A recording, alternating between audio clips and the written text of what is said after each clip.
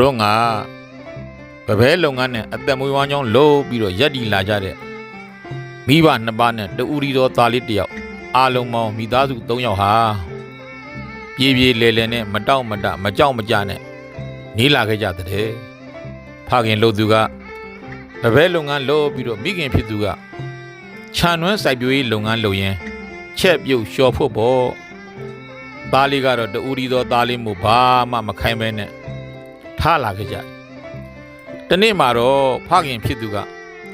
ငါတို့အခု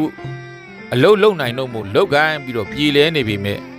တနေ့ငါတို့အိုမင်းမစွာလို့မလုံနိုင်တဲ့အခါဘယ်လိုလုပ်ကြမလဲ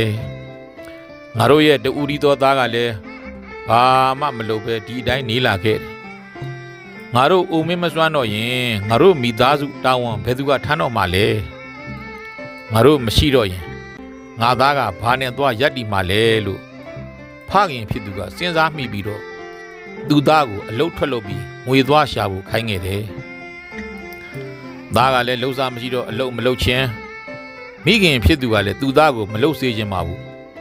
ဒါပေမဲ့လေဖခင်ရဲ့စကားကိုဘယ်သူမှမလွန်ဆန်ရဲတော့မိခင်ဖြစ်သူကသူသားကိုငွေတင်းပြားလေးတစ်ပြားပေးလိုက်ပြီးတော့သားသွားအပြင်မှာသွားနေညနေကျမှအလုတ်ကပြန်လာတယ်ဆိုပြီးတော့ဒီငွေတင်းပြားလေးကိုသားအဖေအပ်လိုက်ဆိုပြီးသားကိုငွေတင်းပြားလေးကိုပေးလိုက်ပြီးတော့လွှတ်လိုက်တယ်သားကလည်းတနေ့ကုန်ရှောက်လဲပြီးညနေကျမိခင်ပေးလိုက်တဲ့ငွေတင်းပြားလေးကိုသူအလုတ်လုပ်လို့ရလာတဲ့ပုံစံနဲ့ဖခင်လက်ထဲကိုထည့်လိုက်တယ်ဖခင်ဖြစ်သူကငွေတင်းပြားလေးကိုဟိုဘက်ဒီဘက်အပြန်မြန်လှမ်းကြည့်နမ်းကြည့်လုပ်ပြီးတော့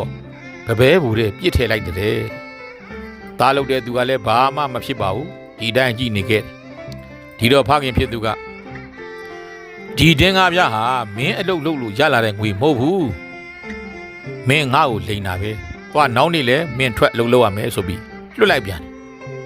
မိခင်ဖြစ်သူကလည်းသူသားကိုတင်းကားတစ်ပြားပေးလိုက်ပြီးတော့အရင်ကနေလို့ပါပဲလွတ်လိုက်ပြန်ညနေပြန်လာရင်တော့အလုပ်လုပ်လာတဲ့ပုံစံဖြစ်အောင်ချွေးရီတန်တွေဖြစ်လာအောင်လှုပ်လာခဲ့လို့မိခင်ကသားကိုမှားလွှတ်လိုက်တယ်။နောက်နေ့လဲအရင်နေ့လိုပါပဲထူးတာဆိုလို့ချွေးတွေဖုန်တွေလူလာလို့အလုတ်လှုပ်လာဟန်ရှိပေမဲ့ငွေတင်းပြားကိုဖခင်လက်ထဲထည့်လိုက်တဲ့အခါဖခင်ကအပြန်ပြန်လန်းလန်းကြည့်ငွေတင်းပြားလေးကိုနမ်းကြည့်ပြီးတော့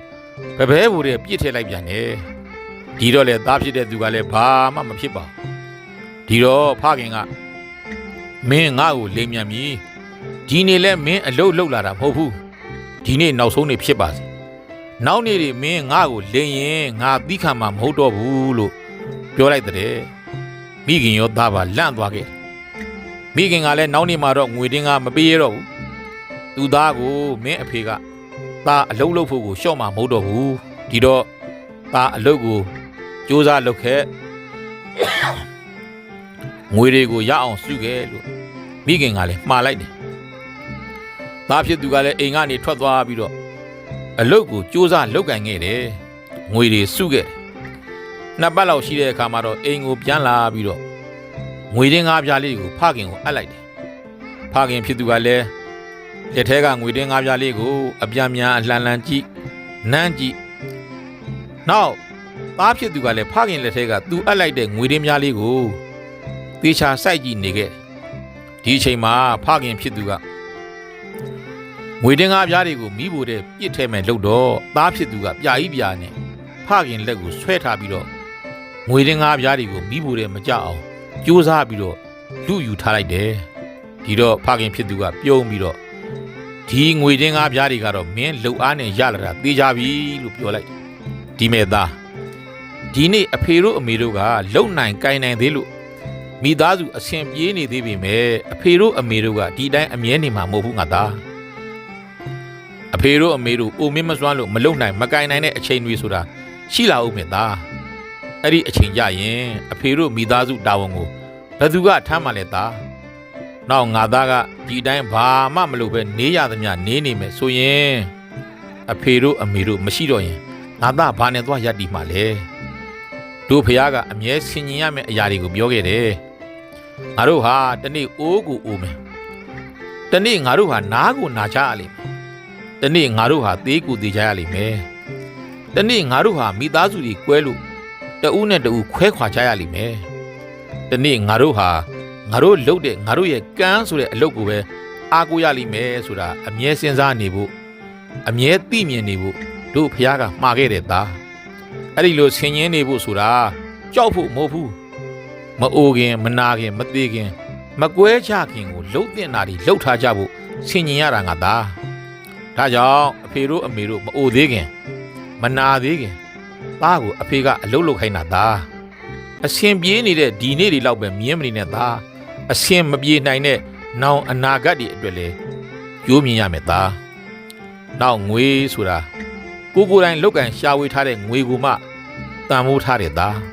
ပထမနေ့သားရှားလာပါတယ်ဆိုတဲ့ငွေနဲ့ဒုတိယနေ့သားရှားလာပါတယ်ဆိုတဲ့ငွေကိုအဖေကမိဖို့တဲ့ပြစ်ထက်လိုက်တော့သားဘာမှသိမ့်မခံစားရဘူးအေးစေအဲ့ဒါသားကိုယ်တိုင်ရှားထားလို့ရတဲ့ငွေမဟုတ်လို့သားမှာနှစ်မျိုးအမှန်တန်ဖိုးထားမှမသိတာသားဟောဒီနေ့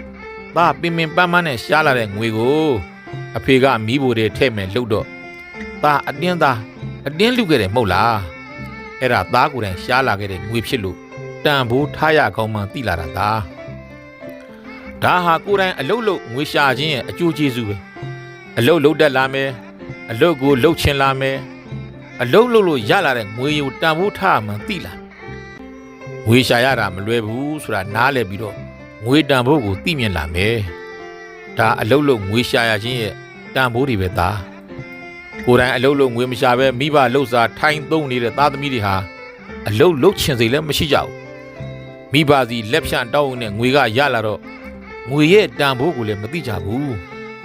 ငွေကိုလည်းတန်ဖိုးမထားအလုတ်ကလည်းမရှိနဲ့စိတ်အားလူအားနဲ့လမ်းသလားပြီးတော့ဖြုံသုံးနေကြတော့သူတို့ရဲ့အနာဂတ်ဟာဘယ်တော့မှသားကောင်းရတနာဆိုတာဖြစ်လာမှာမဟုတ်ဘူးသားပြောဆိုဆုံးမခဲ့တယ်ဖခင်ကမိခင်ဖြစ်သူကလည်းဘေးကနေပြုံးလို့သားဖြစ်သူကလည်းလက်ယုံနေတင်းလို့ပေါ့ဖခင်ဖြစ်သူလည်းနောင်ရည်အတွက်စိတ်အေးသွားတဲ့ခံစားမှုတွေနဲ့ကျေနပ်လို့ပေါ့ပုံမြင်လေးကတော့ဒါပါပဲပြောဆိုမှုကလည်းနည်းနည်းရှည်သွားတဲ့အတွက်ကြောင့်ဒီနေရာမှာပဲညီကုန်းချုပ်လိုက်ပါမယ်